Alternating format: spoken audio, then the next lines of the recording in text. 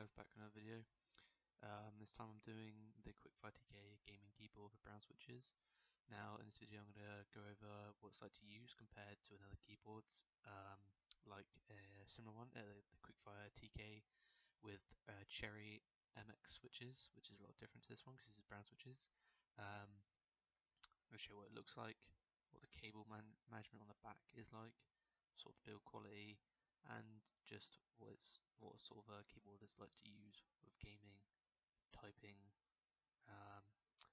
So yeah, and also if you like the video, just let me know, and don't forget to leave a like and subscribe. Thanks.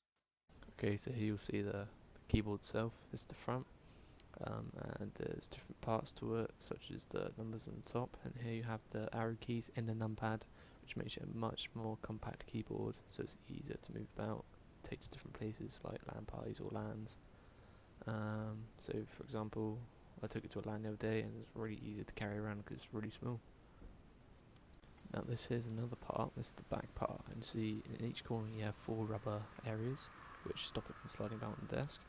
You can see the indents in the keyboard. This is for routing the back cable, which you plug in and go to the left, the right, or straight up, depending on where your computer is or where you want the cable to go. So it helps with cable management a lot, make your setup look cleaner. Okay, so I'm just going to leave you with this last clip. This is the picture of it illuminated, the LEDs on. This is the last clip I'm going to show you of basically just to overview the keyboards and get a nice closer look if you want to of the keyboard. So yeah, if you enjoyed this video, let me know. Subscribe and like it does help a lot. So yeah, thank you.